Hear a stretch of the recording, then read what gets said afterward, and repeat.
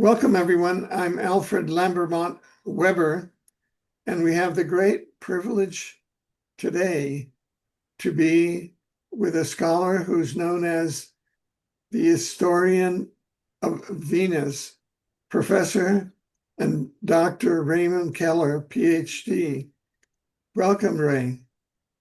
Thank you, Alfred. It's a pleasure to be on the program and to share information about our sister planet Venus with all our viewers. Now, it's extraordinary. Dr. Keller, I'll go back and forth between calling you Dr. Keller and Ray, if you don't mind. Oh, yes, Ray is fine. Uh, um, Today, we're going to go to part two, uh, covering one of Ray's books, The Vast Venus Conspiracy. And there we have that book. And before I understand that you have a PowerPoint Yeah, prepared. yes, Alfred. I have the PowerPoint set to go from part two. Good. And before we get to that, um, the term the vast Venus conspiracy is, wow, that's quite a mouthful. And I just wondered, what do you mean by the quote, vast Venus conspiracy? What was your intent in developing the overall concept of that book and that title? Well, for so long, Alfred and dear viewers, we've been told by the the government and the media for so long that Venus is this super hot planet where nobody could possibly live there, and trying to discredit the accounts going back to through the centuries of visitations of angelic-like beings from the planet Venus, and I thought that. Part of my mission as the Venus historian is to uh, gather the scientific information and historical and technical information to bolster up uh, uh, all the contactees and reports of life on Venus and throughout our entire history. And this book was the fourth book in the Venus Rising series. And in that same series, there's three more after it, and numerous other books about UFOs and paranormal phenomena, as well as the spiritual and religious connections between the Earth and Venus. Excellent. Excellent. Um, is there any other um, introduction or other points you'd like to make before we transition over to the PowerPoint, which will be part two of the vast Venus conspiracy? Yes, thank you for the opportunity of presenting this information. It's been gathered from countries all around the world, uh, from uh, from Russia, from Europe, from Japan, all indicating an awareness at the high levels of various governments about the existence of advanced civilization uh, uh, on Venus. And today we're going to take a look back to the 1950s and some of the not so well known Venus contacts that were taking place there, but with some very prominent Venusians in part two. Excellent. Well, over to you, and where this is going to be a fascinating journey that you'll be taking myself, Exopolitics TV, and our entire audience on. So thank you very much. Oh, you're quite welcome, Alfred. And here we go. Let's see. It says share. Oops. And I go share and share. Okay, there should be a picture up there now. Yes, we're seeing your your slide, the Vast Venus Conspiracy, Part 2. Oh, yes. So this is book 4 in Venus Rising: A Concise History of the Second Planet. It's published by Headline Books, and we're going to begin with the case of Dominick Lucchesi. He was a radio engineer, born in 1925, died in 1987, from New Jersey, same as Orfeo Angelucci, who also came out from New Jersey to California in the 1950s, and so they have a similar background and even knew each other. But he was a technical consultant to Albert K. Bender's International Flying Saucer Bureau, or IFSB. This was one of the very first UFO clubs. I think it's second to APRO. APRO was founded in 1952 in Sturgeon Bay, Wisconsin, Aerial Phenomena Research Organization. But the IFSB of Albert K. Bender was the group that was shut down through the intimidation of the Men in Black. And you can read a lot about that organization and the origins of the MIB in Ray Barker's book, They Knew Too Much About Flying Saucers. It tells you all about Albert K. Bender and Dominick Lucchesi. So after the IFSB shut down, then Dominick Lucchesi switched over to helping Gray Barker at the Saucerian Press. And he also published his own UFO magazine, which we're going to find out about here. So he was an electronics and radio wizard, as well as a pioneer ufologist. And this photo that you see here is from my own Venus files, and it depicts Lucchesi in his early years as a scientific consultant for the IFSB sometime between the year 1952 and 1953. So for almost 2 years. So when Dominick was growing up in New Jersey, he was very familiar with the famous radio broadcast in 1938 of Orson Welles, that people didn't know that it was just a radio play based on H.G. Wells' famous novel, The War of the Worlds, from the late 19th century. But people thought that New Jersey was actually being invaded by Martians, and there was a lot of havoc that was caused by that. And sometimes when the Air Force was trying to explain why they kept a lid on UFOs and maintained secrecy and non-disclosure, was because of this radio broadcast. They feared that if the real thing were to come about, that that the whole country would lose it and go into a mass panic.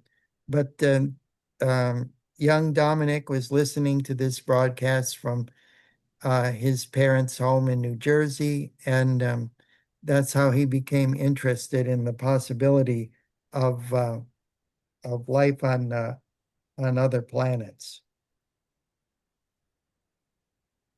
So this is one of the publications that he was an illustrator of.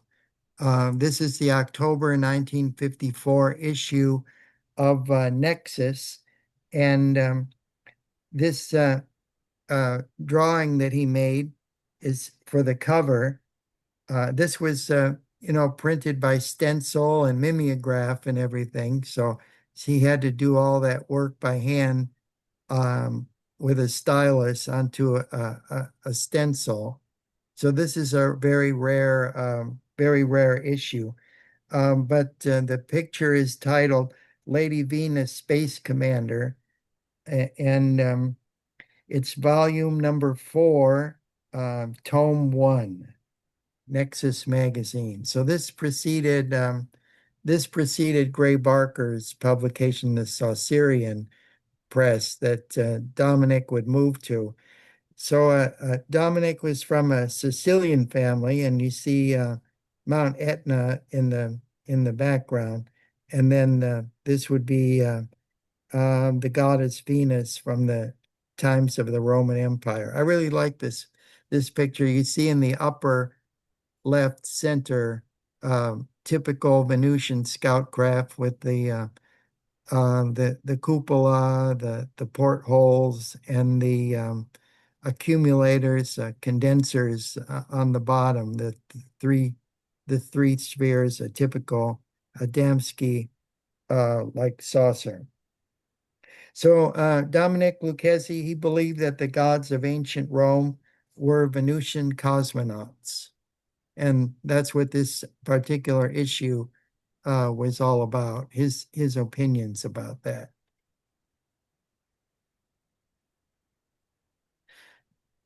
So outside of the East Coast, not too many people knew about Dominick and his experiences with UFOs or the Venusians until he began to appear as a frequent guest on Long John Neville's Party Line radio broadcast that initiated in the mid 50s through the early 1960s. And it was really a precursor to later Art Bell's Dreamland and George Norrie's Coast to Coast and these type of programs that deal with UFOs and other metaphysical issues. So it was on. It was on until from 1 o'clock until 5 o'clock in the morning every evening, Monday through Friday, on WOR New York 710 on the AM dial, which covered half the United States, 25 states, the eastern half of the United States, and half of Canada, the eastern half of the Canadian provinces.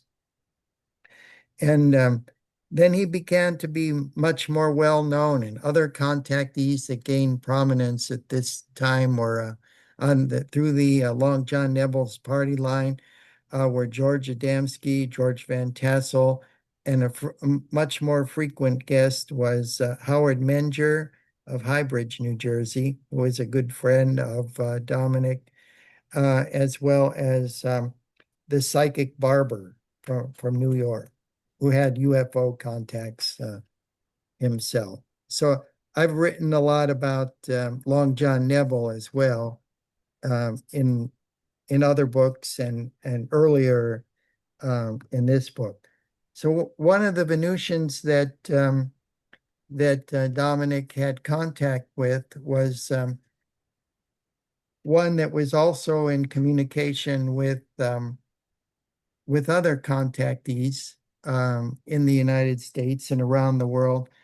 It was the Clarion Moon Base commander, Aura Raines. And he decided to draw a picture of her as he saw her during a contact on the December 1954 issue of the Nexus. And here's his original drawing right here from my Venus files. Oh, there we go. So this was volume 6, tome 1, so 2 issues later. And of course, Dominick was a ham radio operator, and he kept receiving these communiques to go out into the New Jersey countryside and that he was going to meet the space commander, which he did. He followed the instructions and went out there. So this is first generation ufologist Jim Moseley was so impressed with um, Jack and Irene's close encounter that he used Dominick Lucchesi's drawing of the space girl to illustrate the December 1954 issue of the innovative Nexus magazine, the precursor to Gray Barker's Saucer News. Sir Dominick had been interviewing Jack and Irene Forster of New Jersey, his neighbors, about a contact with this woman, and he wanted so much to meet her himself, and he tried to communicate with her through the shortwave radio and kept receiving transmissions, and so he finally availed himself of the opportunity of going out there to meet her.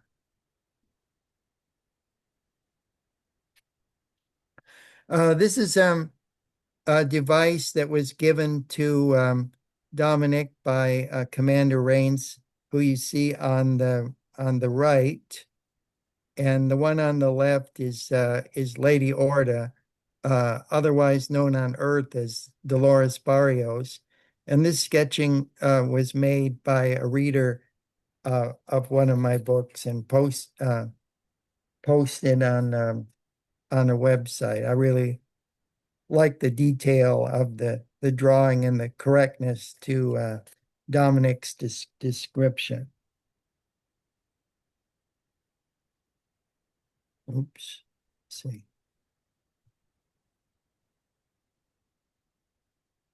Okay.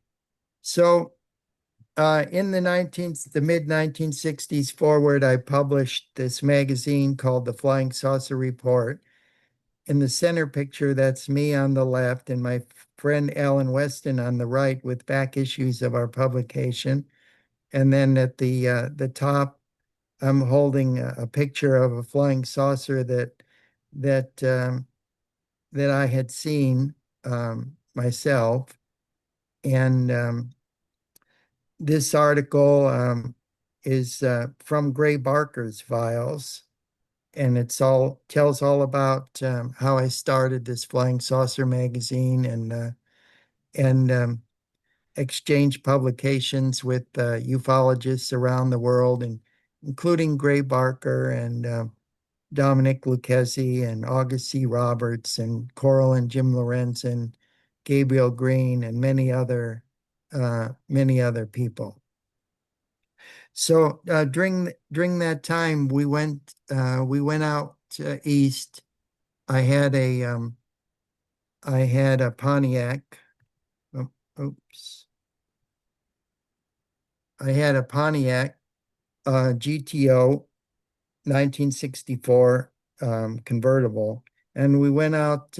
My friend Mike Larich in Ohio, a fellow member of the Cleveland Ufology Project. We went out to New York to cover this UFO convention and to interview Dominick about his encounters, and all the information in there of his encounters with Commander Ora Raines are in this book, The Vast Venus Conspiracy. And okay.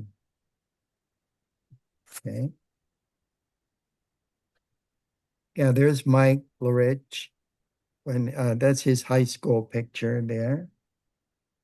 They call him North Coast Mike, and my nickname is Cosmic Ray, of course, and that's from the time that I got my nickname. Okay.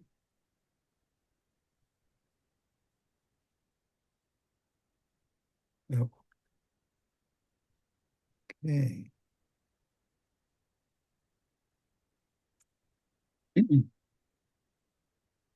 So back then, one of my favorite TV shows at the time was called The Outer Limits. And the very first broadcast of it took place on the 16th of September, 1963, featuring the galaxy being, an electromagnetic entity that accidentally is brought down to Earth from the Andromeda star cluster as a radio engineer was using a small California town's commercial station, radio station facilities to research microwave background radiation in outer space and capture some of it in his own invention of a three-dimensional television set. It's still my favorite science fiction program. The galaxy being was not satisfied with staying put in the boob tube, however, and decided to take a tour of the Central Valley environs, accidentally killing a few people with lethal doses of cosmic radiation. Some of the contactees of the 1950s and 60s, to include Dominick Lucchesi, claimed to first contact extraterrestrials via ham radio sets. Another one was Richard Miller from Detroit, who moved out to Los Angeles, and also Dr. George Hunt Williamson and George Adamski had even used ham radios and radio equipment at times to contact extraterrestrials. So one has to wonder if Leslie Stevens, the author of this story, The Galaxy Being, was inspired by such amazing accounts as provided by Lucchesi. And this photo of the galaxy being comes from United Artists of Los Angeles, California, that produced the Outer Limits program. Okay. Well, one of the things, speaking about frequencies and everything, the planet Venus is the only planet that resonates at two constant resonant frequencies, 221.23 hertz and 409.1 hertz. If I play this, Alfred, will they be able to hear what the planet Venus sounds like? Or will it come through? Okay, well, we can try. Oh, okay. I'm going to try it then, and let's see what let's see what let's see what happens.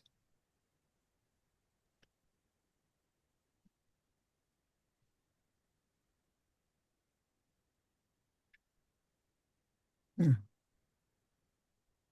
Let's see. Oh, okay.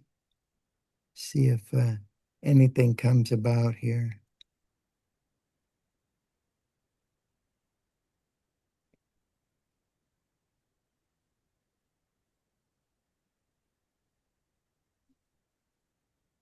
Can you hear that? There's no audio coming through here at the present time. Oh, okay. I'm gonna just shut that off then. It's coming through on this end, but anyway, if any viewers care to write down those frequencies, they'll be able to hear what Venus sounds like over the radio. Okay. And we can get back here. Perhaps if you cut and paste that YouTube after the PowerPoint, I could put it into a browser here and play it. Oh That's yeah, that would be great. yeah. Okay. Put it in the chat. Okay, so what we're uh, as Dominick Lucchesi was an illustrator for these UFO magazines in the 50s and 60s. This is his own sketch of how he saw Commander Aura Raines based on his personal encounter with her, along with a description provided him by a California contactee, Truman Bethurum, who was a highway worker out in the Mormon Flats in Nevada, who met her. Well, she came down in a saucer monitoring nuclear testing out in the desert. So the original sketch is located with Gray Barker's collection and was reproduced with permission, along with a lengthy account of the commander's activities on page 71 of my epic book, Cosmic Ray's Excellent Venus Adventure. All the Venus books are fully illustrated and available on Amazon.com. Okay. These are rare photos from my own collection of Commander Ora Raines at the Interplanetary Spacecraft Convention at Landers Field in California on 12 November 1955. Now, could I ask a question? Sure. Would that be a photograph of the actual Venusian or of an Earth body that the Venusian assumed? Yes, that's a good question. And that question was asked to her by Rob Potter, and she told him to read a book called The Education of Oversoul 7. Oh, It's by Seth, no, it's an entity channel known as Seth by Jane Roberts. And she said if you would understand the relationship between higher dimensional Venusians and Earthlings as aspects of such higher oversouls by reading that book. But on the Earth plane, this woman was known as Evelyn Smith. These photos were taken by a New York attorney, Jules B. St. Germain, who flew out from New York to attend the spacecraft convention. This is the full frame, all four pictures of her as she's visiting another contactee named Dana Howard, her table at the Interplanetary Spacecraft Convention. So what's interesting about Dana Howard, she's also a Venusian contact. She said besides her family, her husband and children on Earth, she also has a husband and children on Venus. And she wrote a book that is a novel, but was prophetic, that one day the United States would have a female president, and she would be an incarnation on Earth's material plane of a highly evolved Venusian lady named Vesta, which was very interesting. And then this Evelyn Smith, she was a science fiction writer, a popular science fiction writer at the time. And this is one of the books that she wrote on the left called The Venus Trap. And in The Venus Trap, the Earth is a mess in the future. And the authorities on Earth asked the Venusians to come down and run the show for them because all they have is wars and constant fighting and pollution, and everything is in a state of disrepair. So the Venusians agree, and then after about 5 or 7 years, the people of Earth get tired of living under a dictatorship, albeit a benevolent one, of the Venusians. And then the Venusians say it's about time you grew up. You don't need us to be glorified babysitters anymore. Right. And I thought, wow, that's very, very prophetic. But Evelyn Smith was from Noblesville, Indiana, and she also worked closely with Dr. George Hunt Williamson.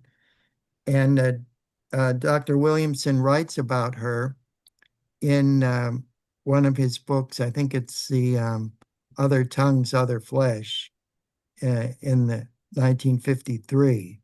Now, And a question. Is there any relationship between Aura Raines and Evelyn Smith? oh yeah, oh yes. Well, Evelyn Smith was on Long John Nebel's.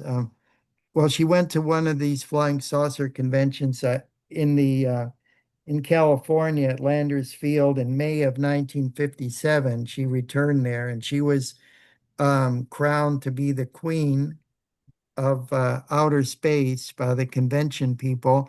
And Long John Nebel came out there all the way from New York with a crew to broadcast live from the convention. This was before satellites and everything, so they had to do it by cable. But he had her on the radio program, and she announced that she was Commander Aura Raines.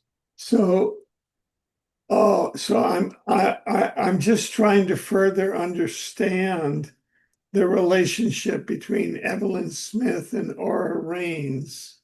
Yeah, she was an earthly manifestation and aspect of Commander Raines as a higher dimensional soul. I see. Okay, now we're beginning to understand that. Thank you very much. So, as a science fiction writer, uh, it was rare in the 50s to have a woman as a popular science fiction writer, but she wrote many books: Tea Tray in the Sky, Not Fit for Children, Collector's Item, The Doorway, The Vilbar Party, The Venus Trap, and many, many of The Blue Tower, The Fair Planet, and Sentry in the Sky, and many, many books, science fiction that actually reflect the reality of life in outer space, in our solar system, and beyond. Thank you. Yeah. Um, here's so back then in the 50s, many of the science fiction magazines published articles on UFOs and by ufologists about conditions uh, in space, as well as science fiction stories. And Evelyn Smith posed for the cover of this particular issue of the magazine of fantasy and science fiction. And it was interestingly a story about um, walking through stargates, through like teleportation through portals. So now here we are, we're talking about portals and all of this stuff in 2025, but back then in the late 1950s, they were way ahead of us.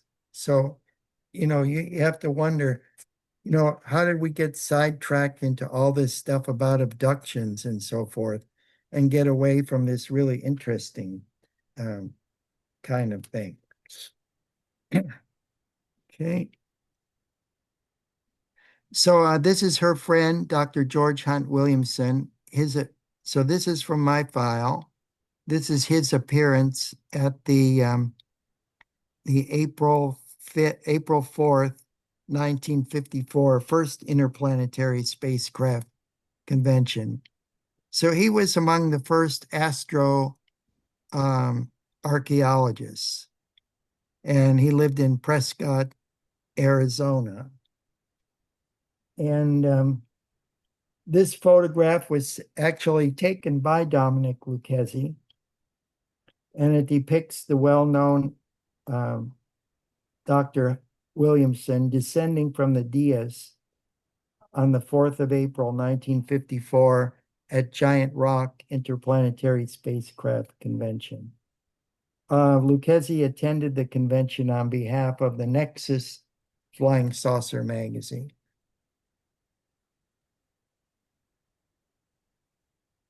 Okay, now,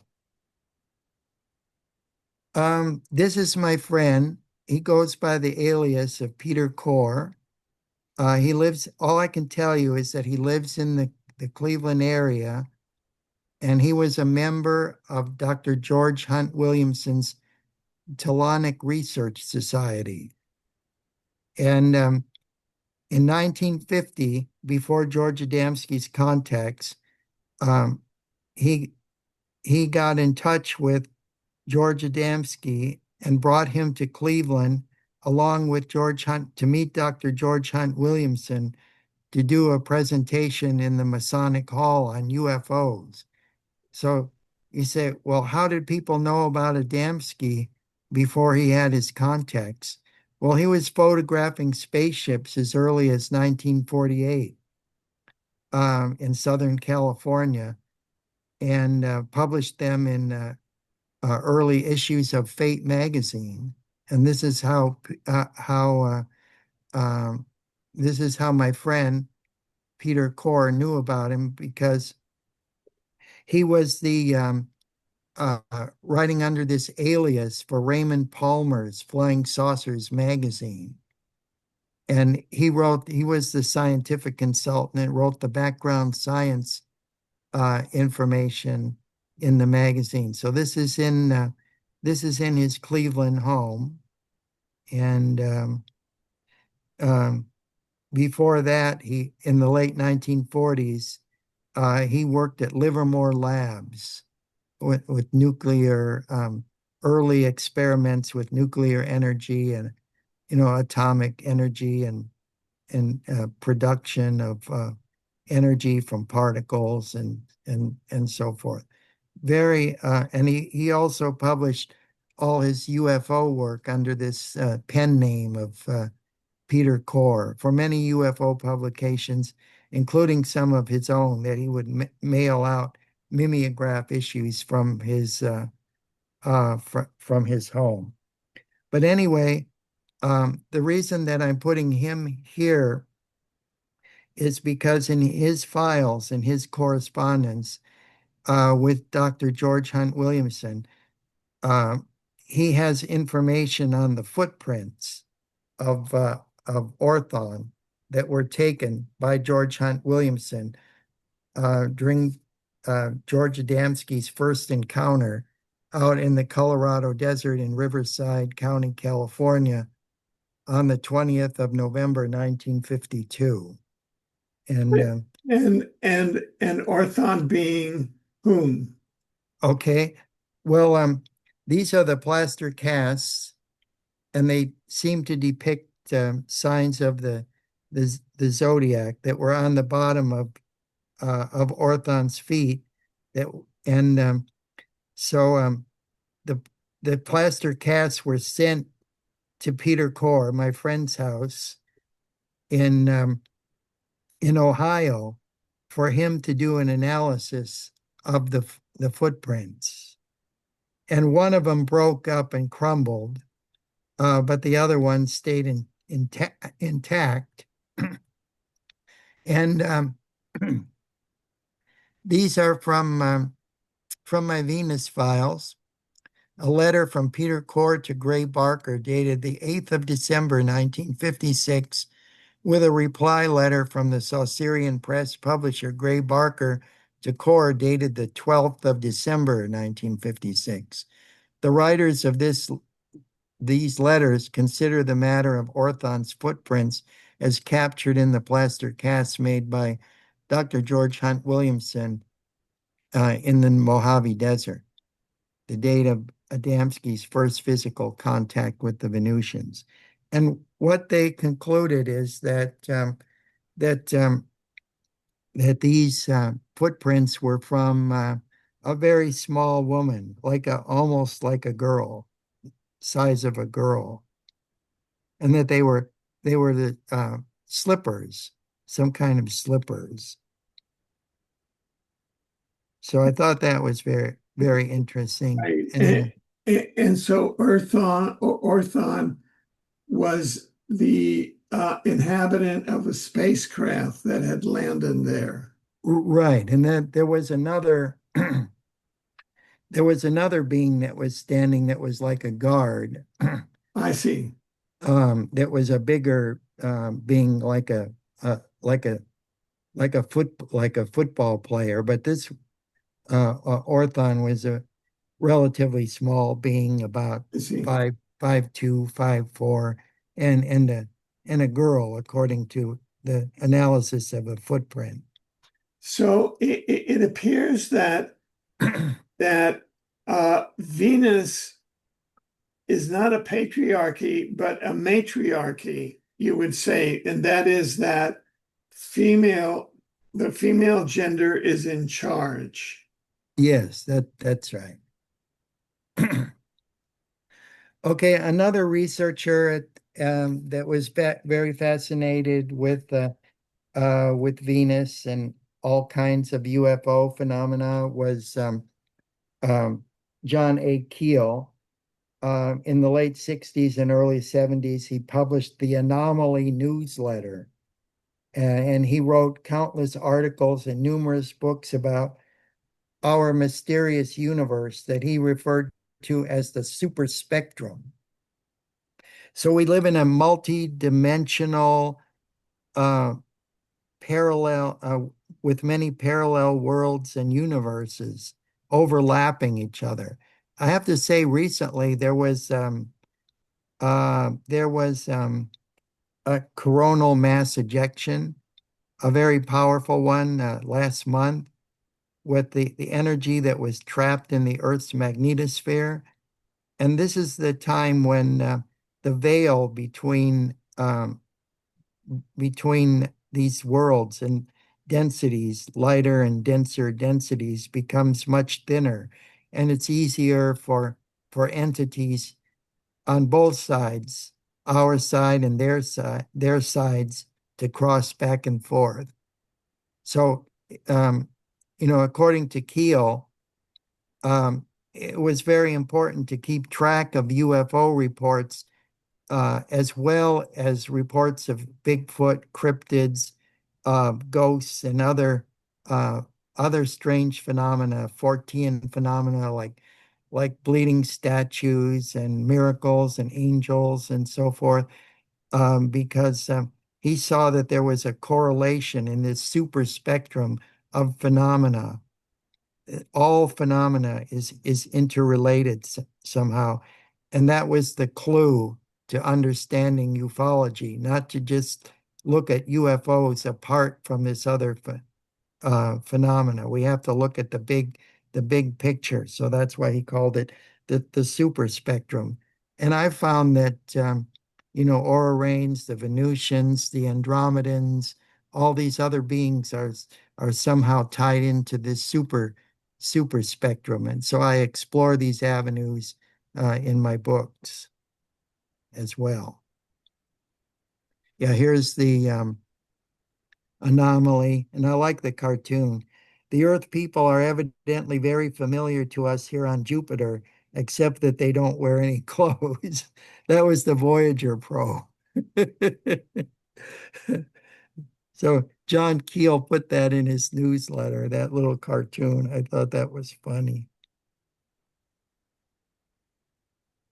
Okay. So Peter Core, he worked with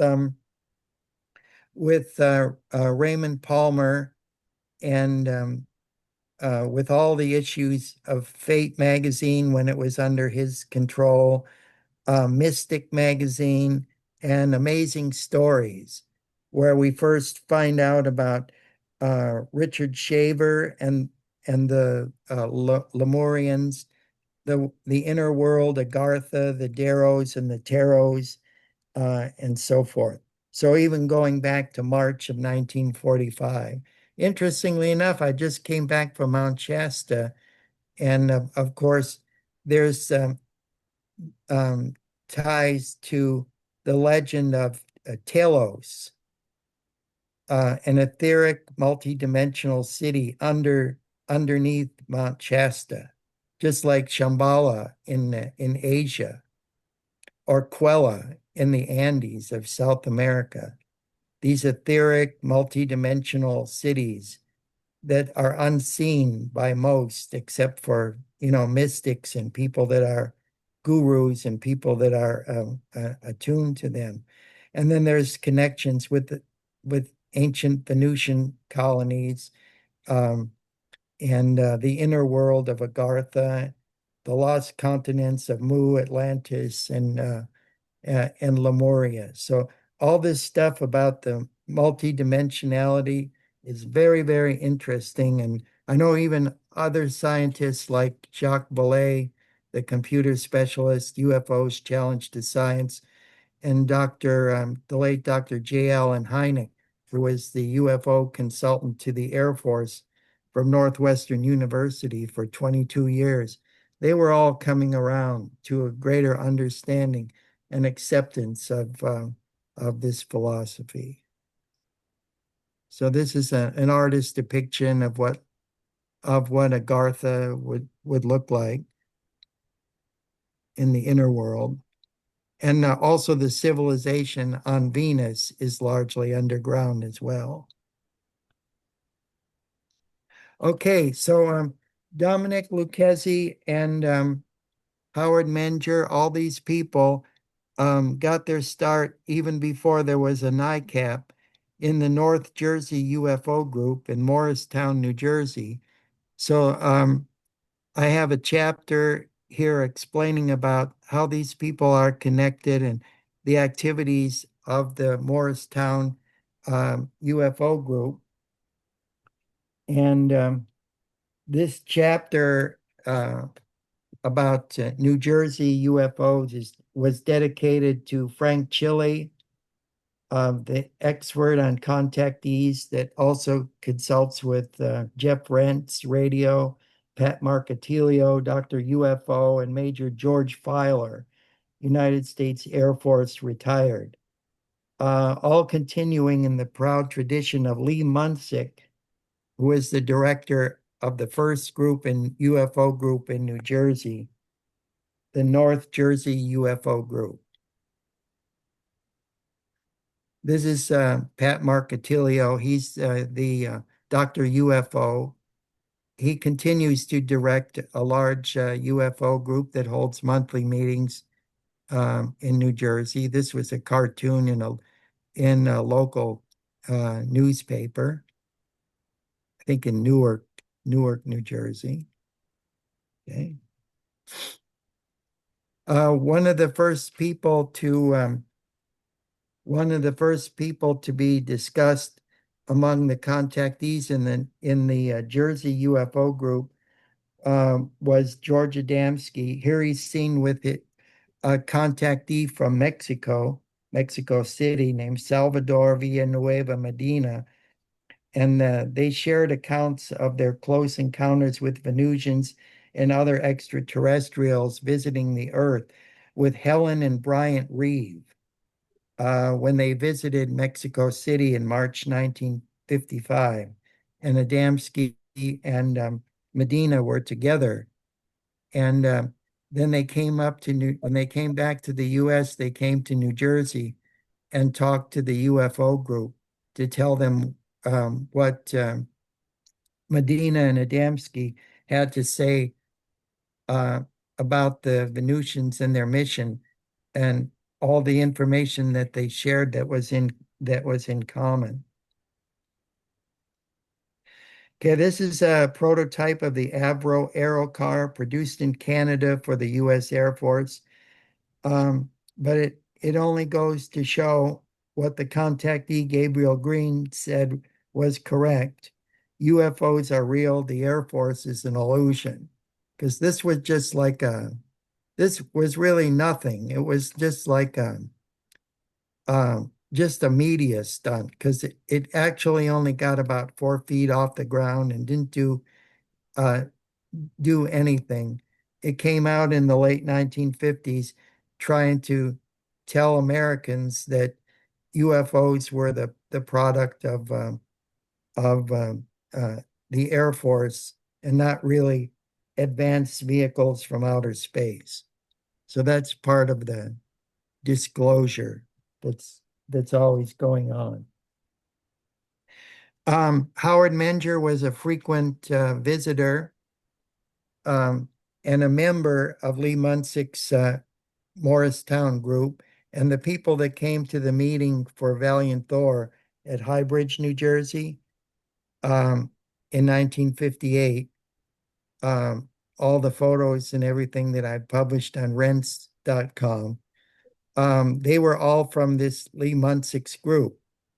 And so Howard talked about his many encounters with friendly ETs that began outside his home in High Bridge, New Jersey at the age of 10 in 1932 with his younger brother, Alan. Then a lot of the people from Lee Munsick's group, they like Dominick Lucchesi and not Oral Roberts, August C. Roberts. They was with the Civilian Saucer Watch and everything, and International Flying Saucer Bureau. They all gravitated over to Gray Barker and the Saucerian Press in West Virginia after the Nexus magazine folded up. And just recently, on May 5th of 2025, Gray Barker's 100th birthday was celebrated at the in Clarksburg, West Virginia, at the library there, and I was also there as a guest, as well as a biographer of the life of Gray Barker, born on the 5th of May, 1925, but died in 1984. Okay, so the Venusians lacked the Earthlings' unwarranted inhibitions about the human body. When Howard Menger was at one of the New Jersey UFO club meetings, he proceeded with caution and explaining his first encounter with the girl on the rock when he said that the garments that she was wearing were actually translucent. Okay, then I'm looking at James E. McDonald from the University of Arizona, a physicist. And this is what, in the Star Wars movies, spacecraft employing hyperdrive technology made use of a lighthouse network of fixed position beacons. These devices recorded local hyperspace data, which was then downloaded by visiting spacecraft. Apparently, every beacon served as a massive supercomputer in space that kept accurate data on hyperspace routes that could be accessed by spacecraft seeking to make hyperspace jumps within limited distance and direction in the local galactic sector. For example, a local network might require as many as 20 jump beacons. An individual spaceship would also transmit astronomical navigation information to the rest of the network when passing through hyperspace. So was George Lucas inspired by speculations of the late physicist and pioneer researcher Dr. James E. McDonald? Because this is what he wrote about in his analysis of UFO reports and UFOs in space. This is the conclusions that he came to about these beacons. So it's really more than science fiction. And I think this Dr. McDonald, he was born 1920, died in 1971, allegedly of a suicide. But I think he was getting really close to to the truth as an American physicist. And it was Otto Binder uh, who wrote frequently about the missing UFO experiencers and mysterious deaths of scientists and researchers. And he asked the question about Dr. McDonald. Did he know too much about flying saucers for his own good? Okay. All right. So then I look at all these connections in Dr. McDonald's life with flying saucers, UFO research, his connections with intimate ties with APRO. And I also um, communicated with him and exchanged publications of the Flying Saucer Report with him back in the 1960s. Once upon a time, he went to China Lake uh, Naval Air Station testing facilities in Southern California, and he was supposed to give a presentation there on UFOs. And uh, someone stole his briefcase from an airplane that was landing there and walked off with his slides for a UFO lecture. He was under constant surveillance by intelligence operatives following his investigation of a flying saucer incident at the China Lake Naval Weapons Station out in the California desert. So you can find out all about Dr. McDonald in the book. And then last but not least, I'm looking at science fiction movies, The Condon Report, Men in Black, Liquidation of the UFO Investigators by Otto Binder, Saga magazine in May of 1971.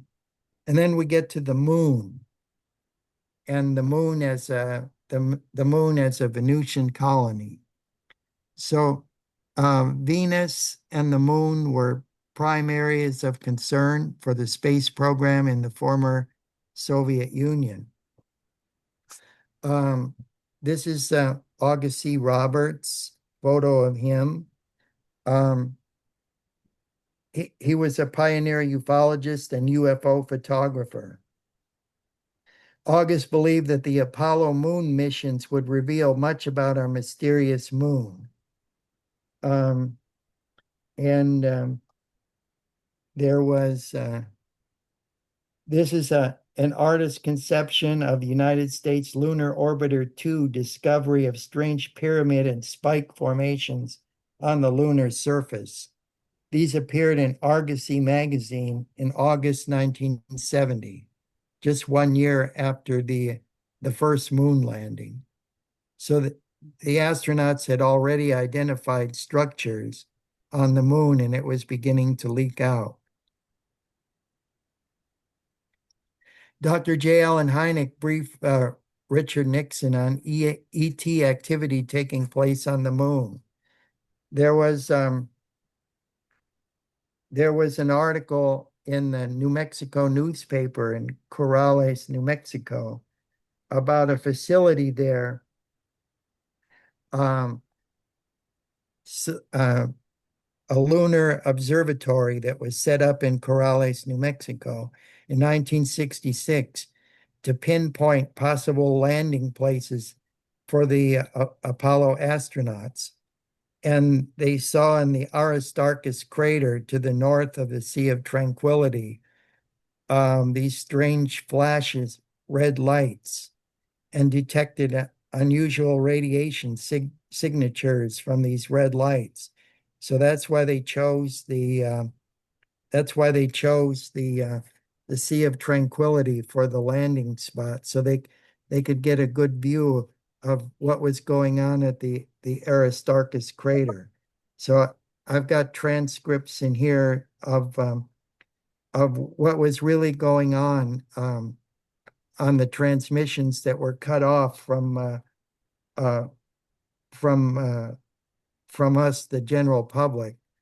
And and they're all documented and everything about what was really going on the moon and the UFOs that were there, the bogies that were sighted, and all kinds of other structures and so forth on the surface of the moon, and conversations with Dr. Hynek and Nixon about life on other planets. Yeah, here's a mysterious track that was forwarded that it shows a vehicle proceeding across the lunar surface, and this was taken back in the 1960s from the lunar orbiter. So there was something going on down on the surface while the astronauts were there. You see a vehicle moving across the surface of the moon, and lots of evidence that a good portion of the moon is hollow. When you ping radar beams off the moon, it rings like a bell. So we know a significant part of it is actually hollow. There's just so much about the moon that is left to be discovered about it being. And of course, there is. I have photos of the backside of the moon, of lunar domes and everything, and the moon base Clarion and so forth in my second book, which is The Final Countdown: Rockets to Venus. So I try to bring you the truth about flying saucers, how from Venus they come, and other friendly planets in the Galactic Confederation, comprising 601 planets and 51 solar systems. So, if you get my books, you can read about UFOs, life on other planets in multi dimensions, theosophy, current events, conspiracies, and history, all centered around our sister planet Venus. So thank you, Alfred. Thank you very much for the opportunity to talk about the vast Venus conspiracy. Oh, great. Well, I I have a couple of questions, if that's okay. Sure. Yeah. Now, and and and this is a question just from my ignorance to really seeking clarification of the Venusian point of view versus what we may have understood from a terrestrial earthy point of view, and seeking what might be the truth, but seeking a distinction as to both. Okay. Um, just for point of clarification, let me get it out here. Um, this is a document that I first came in contact with at uh, I think it was a New Year's Eve or Christmas Eve talk show in Princeton, New Jersey in the 1970s that I was a guest on. It's called the Urantia book. And it's a 2000 some odd 1900 pages. And it was published in 1955 or so. Are you familiar with it or? Oh yeah, oh yes, and that one and another one by John Newbrough that was channeled called the Oopse. Yeah, They're both very interesting. I do like the Urantia one a little better, especially the third section because it's all about the life of Jesus in the framework of first century Judaism under the Roman occupation. It's very exactly. insightful, Yeah. especially in the politics of the time and the religious hierarchy and the conflict that Jesus had with all these people and all the rabbis and the Sanhedrin and the Pharisees and the scribes and the well, he didn't have a problem with the Essenes because he apparently he was one of them, according to to the book. So yeah, I think it's awesome. And as a historian, um, and well, one of my specialties is Roman mythology in that. So Okay. kind of overlaps that a little bit. But yeah, it's Yeah, yeah, very good. impressive book. Yeah. And I don't have a copy here, but we've got the scriptures, the Old Testament and the New Testament of Jesus. Boom. We've got that version, which is the terrestrial version of Jesus. And in the Urantia book and in the scriptures, Jesus is seen, quote, end of quote, as a paradise son of God. It's a son of God and was sent to earth.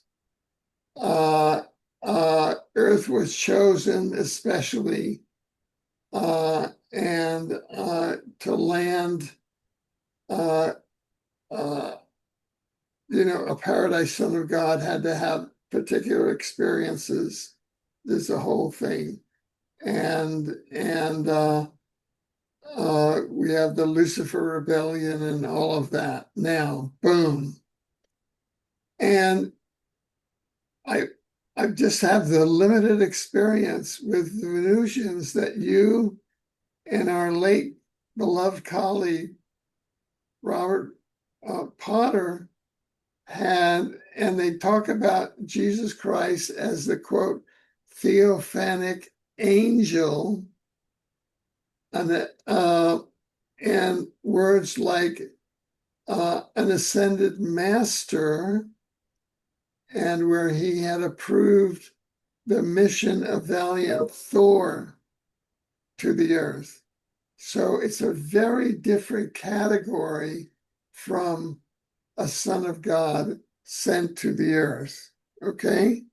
There's no mention of the Venusians in the Urantia book or in the scriptures. So how do you see Jesus Christ as the Venusians see him versus Jesus Christ as the Urantia book and the earthly scriptures see Christ? Over to you. Oh, okay, sure. Well, I don't believe that Revelation is closed with just the Bible. That Revelation is open and continuous. That it didn't die out when the apostles did, and there have even been many translated beings, including the Apostle John, who was granted to live on the earth until Jesus would return. Then we have Enoch and so forth. It talks about him in the book of James of being taken up into the heavens and uh, never physically dying and so forth. Now in Revelation chapter 22, verse 16, Jesus self-identifies with Venus, saying, I am of the bright and morning star, the root and offspring of David. Now, the theophanic angel is a representation of God's own angel, his select angel, that has appeared many times before on earth in the Old Testament, um, perhaps under other names, like Abraham paid um, a tithe, and the other five kings, they paid it in the Middle East. They paid a tithe to Melchizedek, the king of Salem. And then when Shadrach, Meshach, and Abednego went into the fiery furnace, the angel of the Lord, specifically identified as the angel of the Lord, appeared in the midst of them in the fire, in the furnace, and uh, protected them. Now, the the Apostle Peter also talks about Venus in in his letter, in his epistle, second epistle. He said to let the morning star rise in your hearts. Now, um, who is the theophanic angel? Who is the angel of the Lord that appears so many times? Um, and even in the book of Revelation, um, there's a being, an angel of the Lord appears with feet and complexion like shining brass and hair like wool. And this angel, this mighty angel, tells the Apostle John not to worship him, to worship only God. But they when you read about the hierarchy in the heavens, you'll see that the archangel Michael, when he returns to the earth, it will be with the trump of the archangel. There can only be the word archangel means the supreme angel, so there can only be one. And the word Michael means the one like unto God. And when Jesus returns, he will. It says in the Bible, I think it's in Jude, that he will return with the trump of the archangel. So I believe that Jesus and Michael are synonymous. That's just my opinion, and uh, that he will return there. And of course, when the good thief was on the cross with Jesus, Jesus told him, "Well, today you will be with me in paradise." And I believe that the paradise he was referring to is the planet Venus, because according to the understanding of the Roman cosmology that was prevalent in the day, Venus was the third heaven. And the Apostle Paul talks about being caught up into the third heaven. He said, I was caught up into the third heaven, a paradise that was beyond description, that it was such a beautiful place. He didn't want to even come back from it. And we know that Venus is the third heaven because in the Roman cosmology that was prevalent in the day, um, the heavenly bodies were gauged by their luminosity, so that therefore the sun would be the brightest, would be the first heaven. The moon, second brightest, would be the second heaven, and Venus would be the third brightest object in the sky. So it would be considered the third heaven. And this carried over all the way through the Roman times into the Middle Ages when Dante Alighieri wrote the Divine Comedy.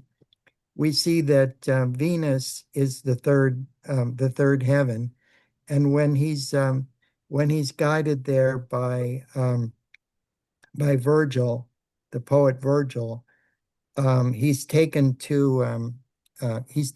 all around Venus, and he meets many angelic beings, and uh, and he's surprised to see people there who were scorned and put down on earth, but now they have a place in paradise, and all the popes and the priestcraft and the military leaders and all the wicked politicians and everything, they're nowhere to be seen because they had their reward on earth, and they're in one of the other realms, purgatorio or il infierno. Right, So, right, so they got their just desserts, right. and then the meek of the earth inherit paradise. So, this awareness is part of the mission of Venus to Earth. And this is an awareness that is part of the ascension mission on Earth. Oh yes, we're all part of a greater galactic community that's both seen and unseen with the physical eye. Because well, like Annalise Guerin explained, she's a mystic. Um, she's written 9 books about the other side of the veil and the process of translation, of being lifted bodily into other realms beyond the earth. Yeah, these are all uh, uh, these are all interconnected, and we are multidimensional beings. I'm here and you're here. We have this body. This is our spacesuit for operating in this planetary atmosphere. So once we go on, we'll leave our spirit will go on and assume another soul body in a different planetary environment. So we'll have a spacesuit there that'll be adapted to conditions on that other planet or that other sphere, that other density. But we're all connected. Yeah. Everything boils down to spirit. And of course, I look at other scriptures, the Gnostic scriptures, the Rig Vedas and the Bhagavad Gita, the Quran, all these other books. They're all they're all a human apperception of celestial phenomena.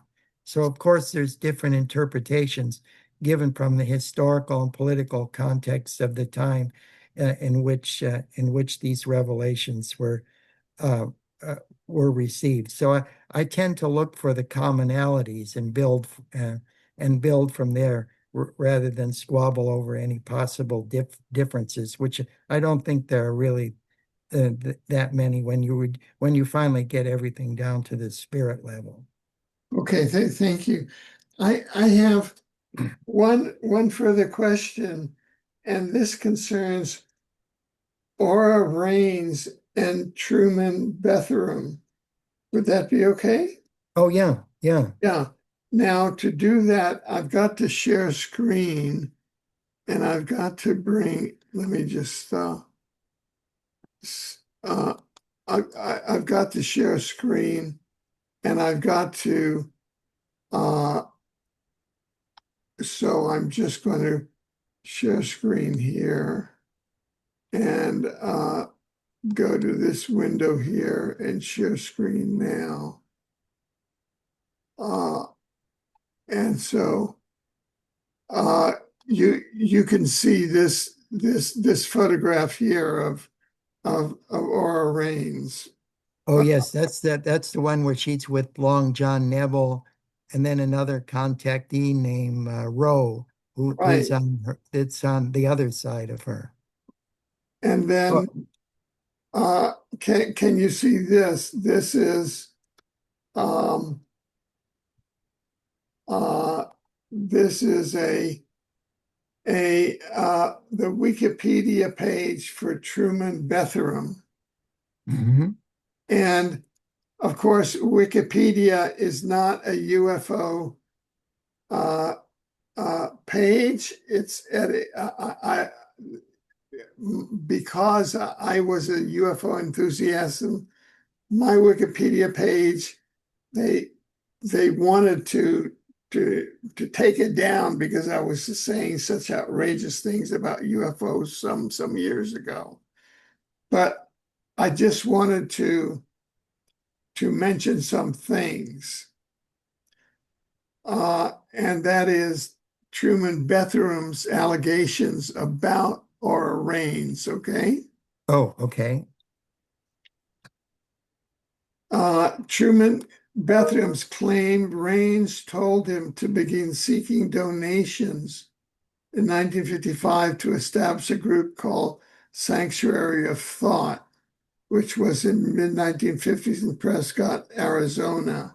It functioned as a communal organization. Bethram remarked that his first wife, Mary, divorced him, citing jealousy over Aura Reigns.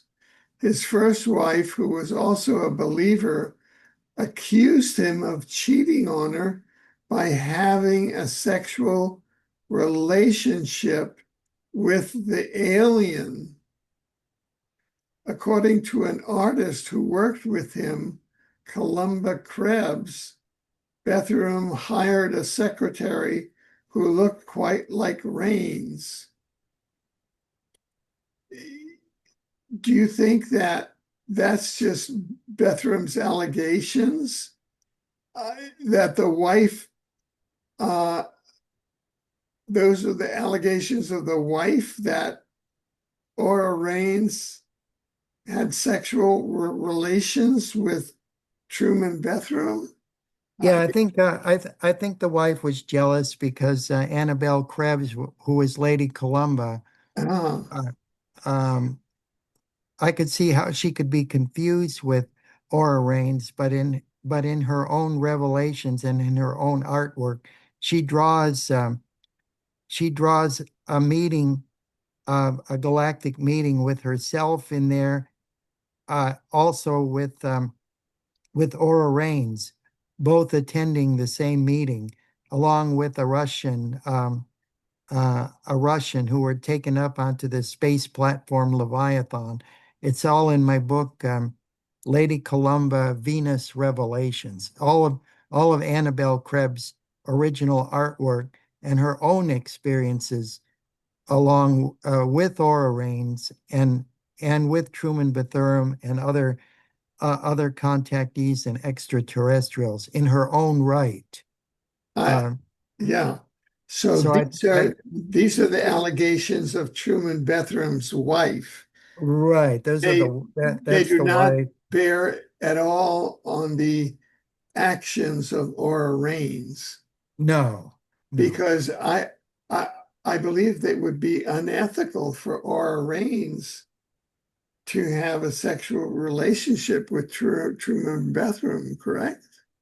If you were married, Yeah, maybe. I don't want to judge right? that because I don't know. I don't know them, and I don't know um of their personal life and their personal circumstances. So I won't judge them lest I be Yeah. judged. Yeah. I would say, I mean, this whole paragraph, see, I'm just being introduced to this, and this whole paragraph just like shocked me because uh, I'm from a different school of exopolitics that didn't get into interpersonal sexual relationship among contactees and Oh yeah. extraterrestrials. And you know, I think Jesus said it best, and another contactee, Hope Troxel, from June Lake, California, she said it best that it's that God judges the intentions of the heart, and of course we have the Old Testament with all the laws and everything of thou shalt not do this, thou shalt not do all that, and then Jesus said, well, the most important thing condensing the law is to love God with all your heart, mind, and soul, and to love your neighbor uh, as yourself. And to do these, you fulfilled the law. So when we do things out of the goodness and intentions uh, of our heart, when we do good for others, when we're kind, when we're attentive, um, when we work for righteous causes and these things, there's no law against these things, So it's the higher spiritual um, um, law that I would say. So I wouldn't want to sit and judge Truman Bethlehem, and besides, maybe his wife would just had Right. didn't like him hanging around Well, with a pretty secretary. yeah.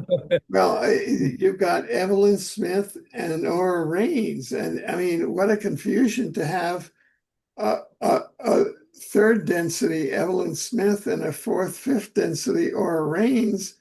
and Truman Bethlehem, I mean, it's just so confusing. Oh yeah, well, I mean that.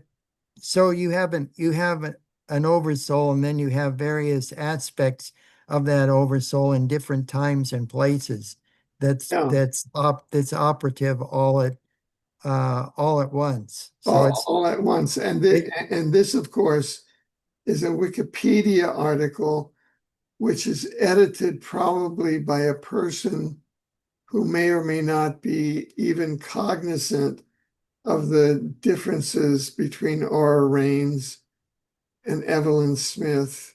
oh yeah, it's a very deep subject, and it's Yeah, probably yeah. it's And so I just wanted to get your perspective on the different dimensions here. And of course, oh, on and in my book on Annabelle Krebs, with all of her documents and drawings and paintings and everything, it explains. It goes into great detail about these multi levels, multiple timelines, and how they all interconnect and everything.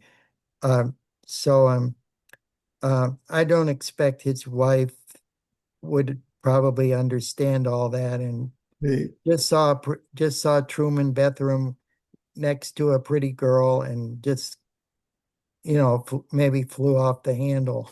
yeah, yeah. Well, thank you. I just wanted to get that clear because I got, whoa, And yeah, I those didn't those know all yeah, of that was happening around yeah, those Venusian Truman women Bethlehem are. because these are persons that I'm being introduced to for the first time because a- as an exopolitician, I I hadn't studied this aspect of ufology before becoming involved with your and Robert Potter's scholarship. So thank you very much. Oh, you're welcome. And I'd also recommend people that are interested in Venusian ways of thinking and their interaction on Earth is the uh, autobiography of an extraterrestrial. It's Omnek Onek's trilogy Oh, of yes, books. That's very interesting, and give some further insight into this kind of thing. She was born in um, on Venus, but brought here to the Earth and lived as lives an entire life as an Earth woman. So the book has some very, very interesting perspectives on all that. excellent. Well, thank you. Thank you so much. And I just wanted to alert our viewers that in just a couple of days on on on Friday, uh, July 18th, I believe, um, uh, Dr. Keller Ray will be coming back to share a PowerPoint on his personal visit to Venus, which will be a treat for us all, and it'll be an in-depth insight of his sharing um, his trip to Venus, which at another level is, what was it you said, the third heaven or the second heaven? Oh yeah, it's considered to be the third heaven. The third heaven. Whoa, so many dimensional. Uh, when I was writing on my book on the omniverse, uh, uh, I came up with the term the dimensional ecology, that we lived in a dimensional ecology. So many dimensions interacting as an ecology. And that's how we exist in relation to Venus, it seems, as a dimensional ecology. And Yes, they're well positioned to be our guardian angels. whoa, who knew?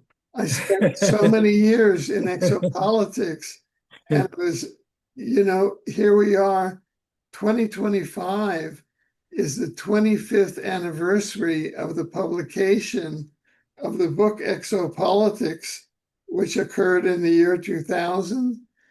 And you look through the book Exopolitics, and the word Venus is not mentioned, and you go into exopolitics and a exopolitics convention, and the word Venus will not be mentioned. And exopolitics is all about Venus.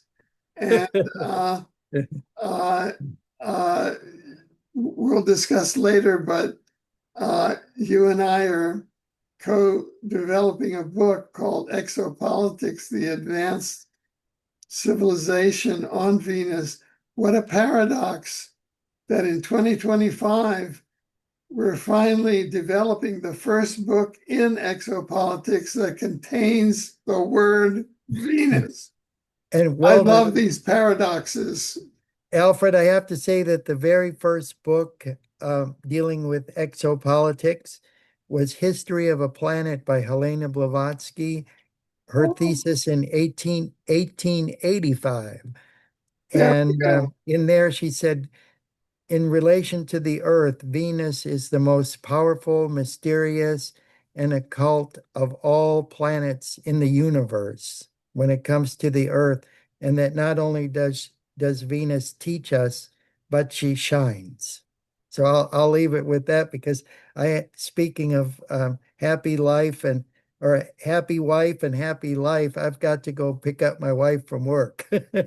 Amen. Thank you so much. Thank you, my friend. Certainly. Until the next one. Yes, sir. Next time. Looking forward to it.